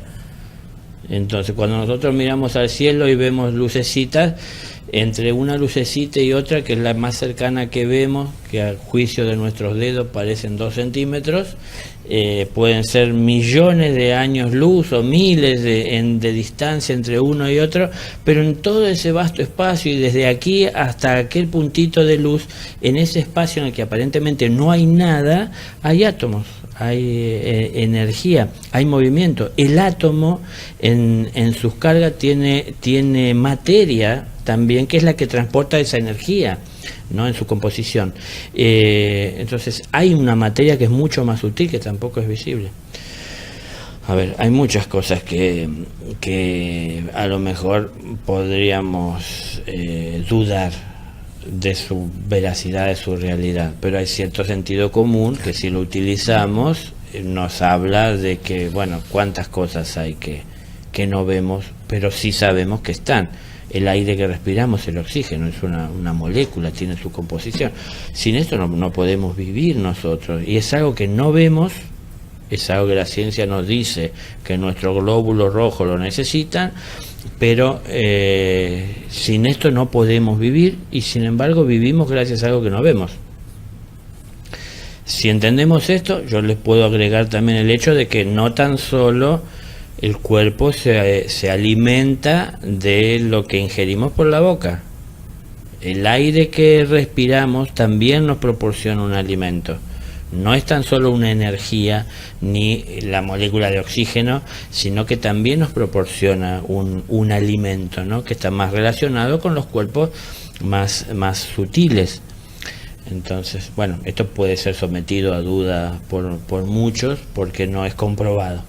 Pero bueno, no es comprobado por aquellos que no han hecho la experiencia de comprobarlo. Para el que lo ha comprobado es una seguridad y hay una certeza. Y lógicamente, como pasó hace centenares de años atrás, aquel primero que se le ocurrió decir que en realidad nosotros dábamos vuelta alrededor del Sol, lo quemaron. Entonces, bueno, los primeros que empiecen a hablar sobre cosas que la mayoría no comparten, no ven o no pueden comprobar, a lo mejor serán acusados por la mayoría, pero no quiere decir que no pueda llegar con el tiempo a ser real, ¿no? Hace poco están empezando a probar ciertas teorías o de alguna manera proyecciones que hicieron ciertos científicos, pensadores famosos, no sé, Einstein, y están pudiendo comprobar la teoría que desarrolló en su momento, que no tenía ni aparato. ¿De dónde sacó esas cosas? Entonces, bueno, hay inspiración. Esto a lo mejor lo puede aceptar más fácilmente una persona de fe, en cuanto a que su fe le lleva a creer en la existencia de un Dios o de los ángeles, como hablábamos, porque el corazón le dicta que es así, ¿no? Y la fe le lleva a sentir. Entonces, a creer, a sentir la existencia como real a alguien a quien no ha visto. Ahora, aquel científico que descubre lo que hasta ese momento era desconocido, tiene que ver la fe en el descubrimiento, tiene que ver que dio un paso que otros no pudieron dar. Claro, hay científicos, muchos científicos que tienen una fe enorme, muchos científicos que lo aceptan a Dios como una realidad, ¿no? Y que lo llevan también en su corazón. Pero esto no hace que dejen de ser científicos o que no sean científicos serios.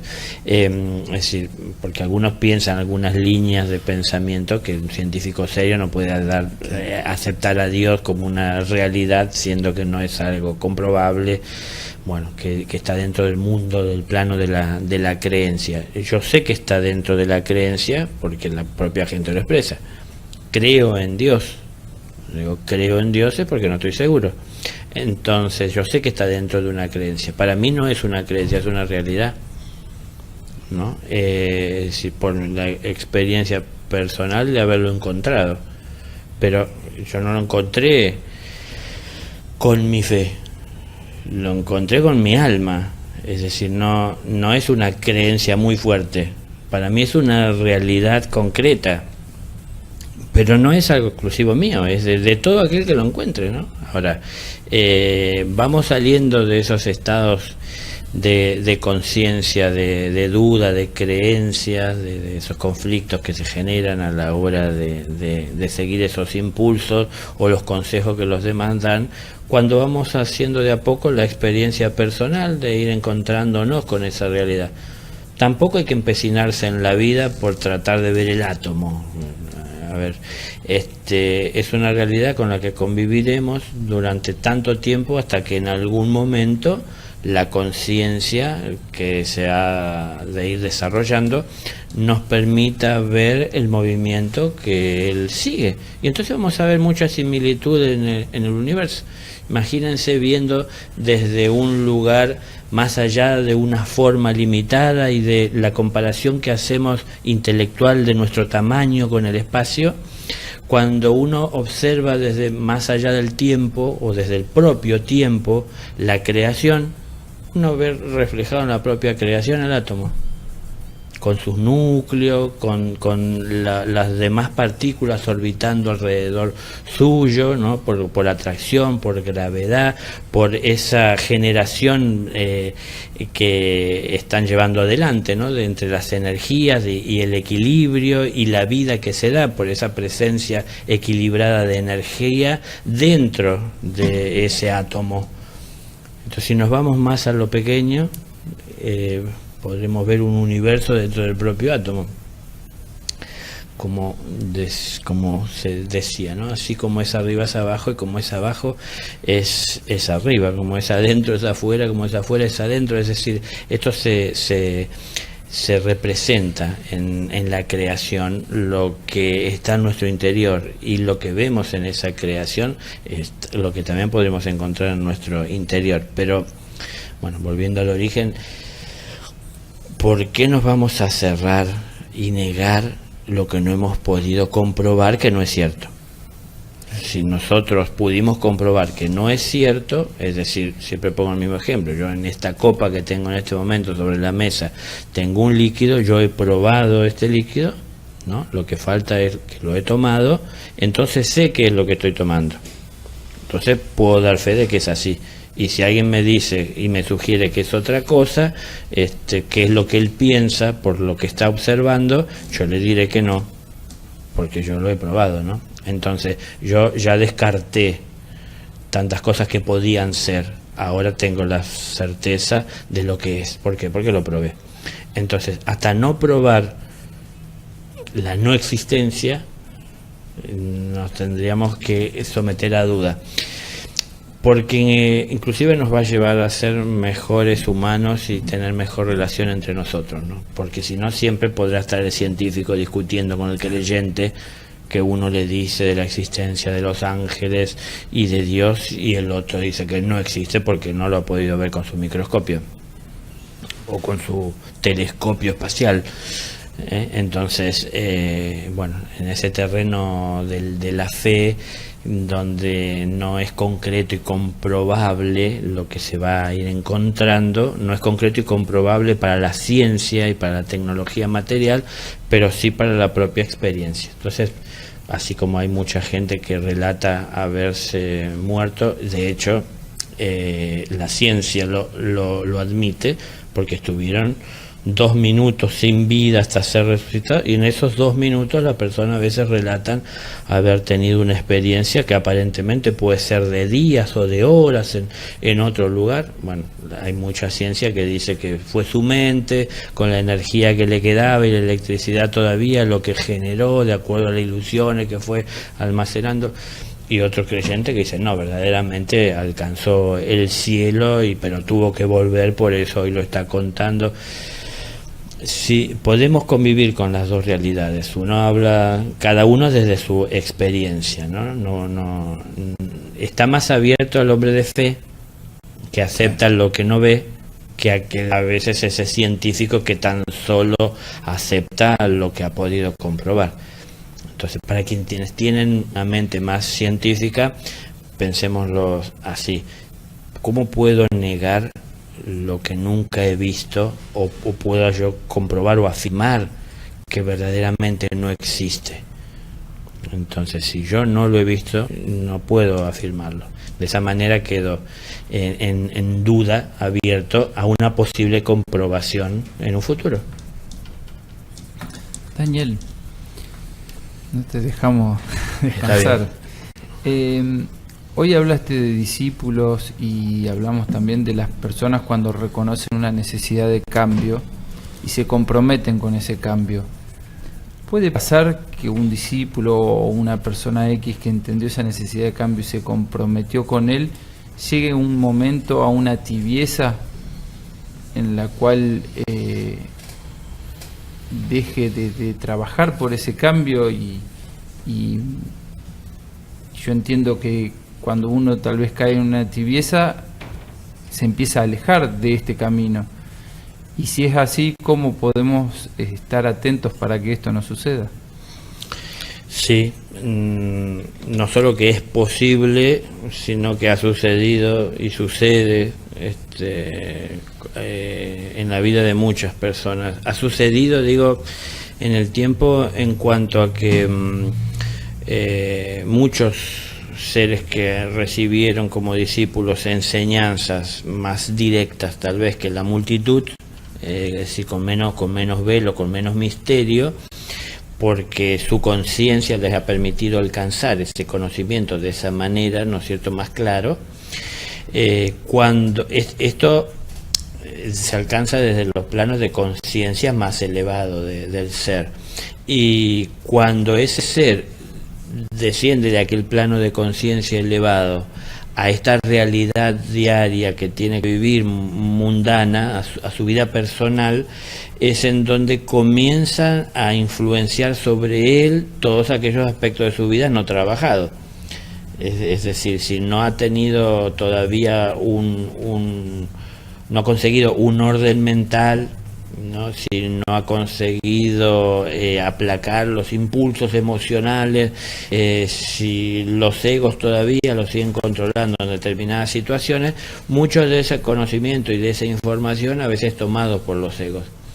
Y a ver, cuando uno viene de ese estado meditativo en el cual recibe una enseñanza profunda, la cual uno en ese momento y en ese lugar recibe en el corazón, cuando uno sale de ese estado, la mente intenta ponerle palabras a lo que uno ha vivido, para poder comentarlo, para poder compartirlo con otros, y entonces a veces uno no encuentra la palabra más adecuada, uno no tiene a veces el conocimiento o la conciencia del respeto que tiene que tener por el otro a la hora de expresar lo que va a expresar, de qué forma y si corresponde, porque han pasado y pasa constantemente en muchos casos, por ejemplo, por poner ejemplo, ¿no?, de grupos que se arman de meditación, en donde puede haber, por poner un número, 10 personas meditando, y hay una que dice haber tenido una experiencia en el cual estuvo con una luz o ante una luz, que de ella salía una voz. Estoy poniendo simplemente un ejemplo, pero las otras 9 personas se preguntan, ¿por qué a mí no me tocó? ¿Y será cierto? Porque yo no vi nada, y yo estoy hace más tiempo que esa persona, por cómo ella va a ver y yo no, por ejemplo. Entonces, bueno, esto hace que uno le cueste aceptar, si uno no es humilde, que alguien pueda tener una experiencia que uno no, y a su vez uno enriquecerse también con esa experiencia que vivió ese hermano en ese momento. Pero a veces esa propia persona que tuvo la experiencia se pone a contar sobre algo que por algo, habiendo 10 personas, él la tuvo y los demás no, y uno se pone a contar la experiencia que los demás estuvieron privados de alcanzar. Entonces uno está poniendo en evidencia algo que para los demás estaba limitado, ¿no?, o no era alcanzable. Esto ya hace que uno empiece muchas veces a darle un mal uso a la enseñanza que recibe, porque está rompiendo ese voto que de alguna manera en algún momento un discípulo hace, que es el del silencio. Lo que a él se le diga es para él, nadie más, y él tendrá que ver de todo esto cómo él lo capitaliza, y puede entonces volcar su aprendizaje, su conocimiento, la enseñanza que ha recibido de una manera que sea útil al prójimo. Pero no es su experiencia, su caso, lo que él vivió, porque los demás por algún motivo no lo han vivido, ¿no? Entonces, cuando uno aprende que debe de callar y de hacer silencio, está menos expuesto a caer. Pero cuando uno todavía no ha trabajado a lo mejor sus egos, puede que le tome, por ejemplo, que es muy común en el camino espiritual, sobre todo en un inicio, la soberbia espiritual, ¿no? Es decir, sentirse más que otros, tener la posibilidad de alcanzar, de contactar, de ver cosas que los otros no, aunque se percibir, de sentir, de tener esa fuerza o una claridad de palabras, y de esta manera ponerse por encima de otros. Esto hace que entonces uno también se aparte.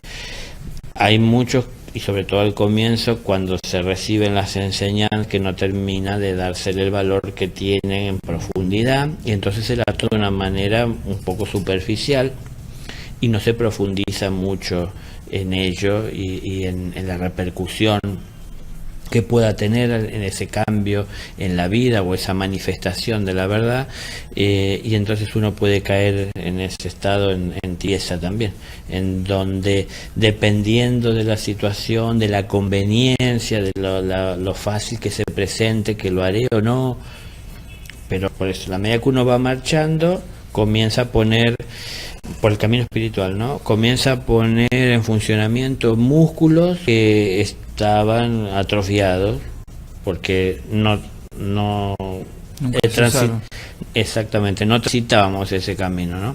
Bastante bien está representado los que han visto la película Matrix, esta analogía que hacen en cuanto a, bueno, en un momento él abre los ojos y le dice, nunca los habías usado, claro, porque nunca había estado viendo la realidad.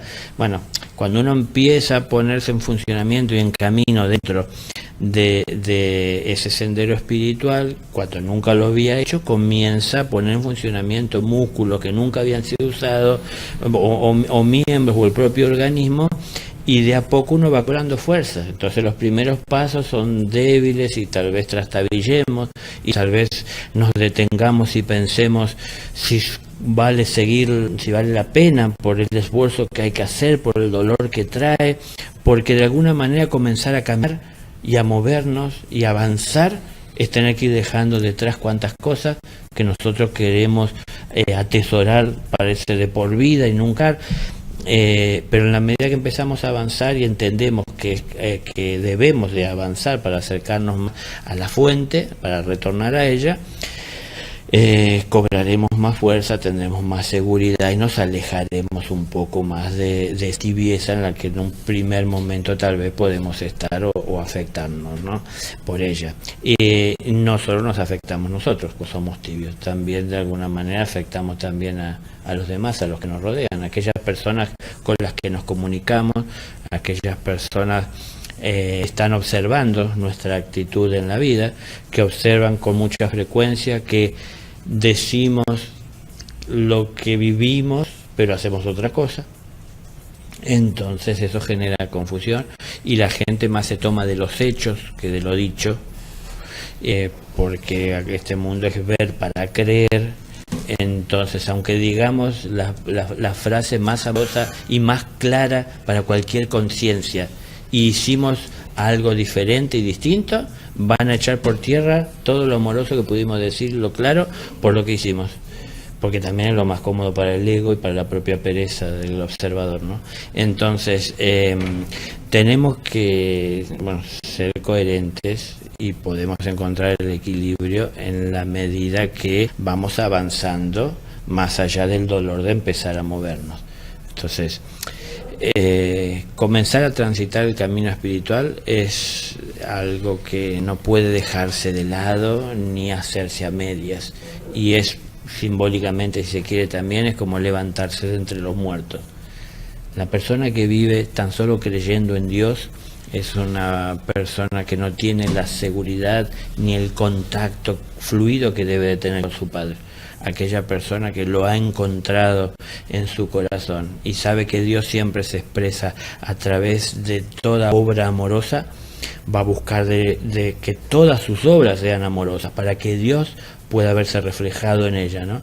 Entonces eso le va a traer fuerza, eso le va a traer seguridad, no solo a él, a todos en el mundo, a los que alcance directamente, y como hoy hablábamos, a aquellos a quienes les llegue la irradiación y el ejemplo. Entonces eso se comunica, eso se transporta, no lo hacen solo los ángeles, las personas también. Ahí a veces aparece, aunque sea alguna nota por ahí, de alguien que ha hecho algo bueno, algo amoroso, algo consciente, que ha tenido un reconocimiento, ¿no?, del prójimo, de la necesidad, que ha exaltado, sacado a la luz los valores más elevados del ser humano. Entonces eso se difunde, eso llega, eso se comenta, encuentra sus vías, su camino para llegar a ese conocimiento, ¿no? Daniel, uno ha escuchado, y volviendo a esto de los que creen y los que no creen, los que afirman, los que solo afirman lo que ven, y uno ha escuchado como que está reñido lo práctico de lo esotérico, como que son cosas distintas, o como quien es esotérico no tiene un sentido práctico en la vida. Entonces, ¿realmente está reñido eso? ¿Y qué sería lo esotérico? Y sí, es cierto, yo he podido observar muchas personas que se van como para mí, como a un extremo, en donde entran en el conocimiento de lo esotérico y ya parece que caminan por las nubes y que todo lo demás material no tiene sentido, como que se van a un extremo en donde todo tiene sentido. La materia es parte del espíritu, es decir, la materia es parte de la creación, como el espíritu es parte de ella. Entonces, una cosa es la esencia y otra cosa es la expresión más densa que pueda tener la creación. Pero aún en la expresión más densa que podamos llegar a entender o a ver, que sería la materia, dentro hay una esencia expresándose. Bueno, hoy hablábamos del átomo. Claro. Lo más denso sería lo que puede ver la ciencia, lo material, la partícula o una carga energética. Lo más cercano a lo esotérico o lo oculto, es decir, lo que no está a la vista de todos, es lo que tal vez yo trataba de comentar, esa conciencia que hay detrás de ese movimiento o de ese átomo, ¿no? En su movimiento, en su desplazamiento, en su comportamiento, en su evolución, porque también todo va cambiando y va evolucionando. No tenemos el tiempo ni la paciencia. Yo hoy ponía el ejemplo de la copa, pero con el tiempo aún esto se habrá de degradar. Entonces, hace poco, bueno, está trabajándose para poder dejar de lado los plásticos, por ejemplo, porque la tierra les cuesta absorberlo, pero le cuesta 300 años, pero lo va a disolver, es decir, no tenemos el tiempo para verlo, no lo disponemos, pero aún así todo se modifica, ¿no? Todo evoluciona, todo cambia, para que podamos de alguna manera participar en ese cambio. Tenemos que prestar atención más consciente a lo que está sucediendo, que no encontremos el equilibrio entre lo material y lo espiritual. Puede ser en un primer momento que llegue a nuestra vida de esa forma, porque nos toma una realidad que no hemos tenido la posibilidad a lo largo de nuestra vida de contactar y de ver en esa magnificencia. Entonces, en algún momento esto nos absorbe. Claro, si pasamos de ver el congestionamiento que hay en la calle para poder movernos y llegar a nuestro hogar, tanto tiempo para hacer tan poca distancia, tanto tiempo físico que necesitamos y esfuerzo y atención. Es decir, eso todos los días, y de repente tenemos la posibilidad de hacer un contacto con ese mundo más oculto y esotérico, espiritual, y vemos esa grandeza, esa dimensión, esa falta de espacio, esa falta de limitaciones, ¿no? Esa posibilidad de movernos libremente, como que esto de alguna manera parece el lugar ideal. Entonces muchas personas, si se quiere, se van hacia ese otro extremo que quisieran alcanzar, tratando de evadir o de evitar esta realidad. Pero no se trata de evitarla, se trata de trascenderla. Entonces la trasciendo aprendiendo a estar en ella sin que me genere reacciones, sin que jamás me olvide ni deje de lado ese mundo esotérico. Porque en realidad somos un espíritu que tiene un cuerpo. Entonces somos seres, si quiere, esotéricos, no está a la vista nuestro ser, está a la vista nuestra forma. Pero es una forma a través de la cual el ser se expresa. Entonces tenemos que llevar equilibradamente. Tenemos un cuerpo físico, hay que atender cosas físicas. Tenemos un ser espiritual, hay que atender lo que al ser le interesa y ver desde ese lugar la vida. Entonces tenemos que llevarlo equilibradamente. No sé si a esto vos te referís como esa especie como de disputa que hay, ¿no es cierto? Y yo he observado eso, hay mucha gente que se va a ese otro extremo, en donde piensan que todo es espiritual. Y bueno, y hasta utilizan palabras de maestros en su favor y en su sentido, porque viene el caso de nombrar, es la del Buda, que Buda dijo, según la gente entiende, Buda dijo que esto es una ilusión, pensando que lo dijo por la materia, pero en realidad, entiendan, Buda significa iluminado, ¿no? Un Buda es un iluminado. El iluminado cuando dice que, o cuando dijo, en el caso de cuando dijo que esto era una ilusión, no se refería a que no es real. Esto es real. Si yo no pago la luz, me la cortan. Eso es real, no es una ilusión. Es decir, lo que él dijo que es una ilusión, en realidad es que pensar que esta es la única realidad.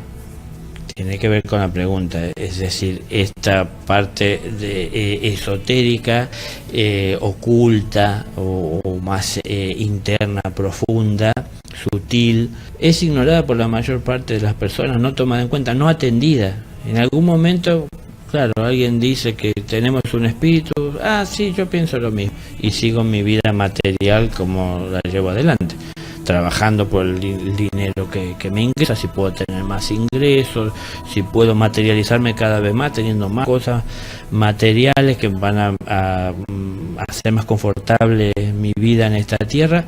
Pero cuando parta de este mundo o cuando muera en él, bueno, a los creyentes me espera un paraíso, me espera un cielo.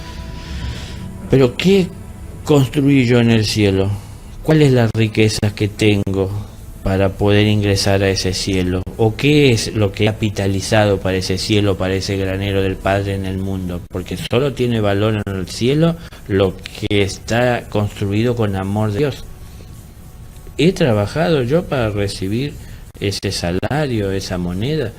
¿La he multiplicado? Porque el Padre nos la ha dado a todos. ¿La he multiplicado? ¿Me dio 1 y llevo 2? ¿O llevo 10? ¿O lo que me dio me lo gasté? ¿O lo que me dio lo atesoré de tal manera que no lo compartí, no dejé que llegara a él y a nadie se lo acerqué para ayudarle en su vida? Es decir, bueno, no es los extremos, es el equilibrio.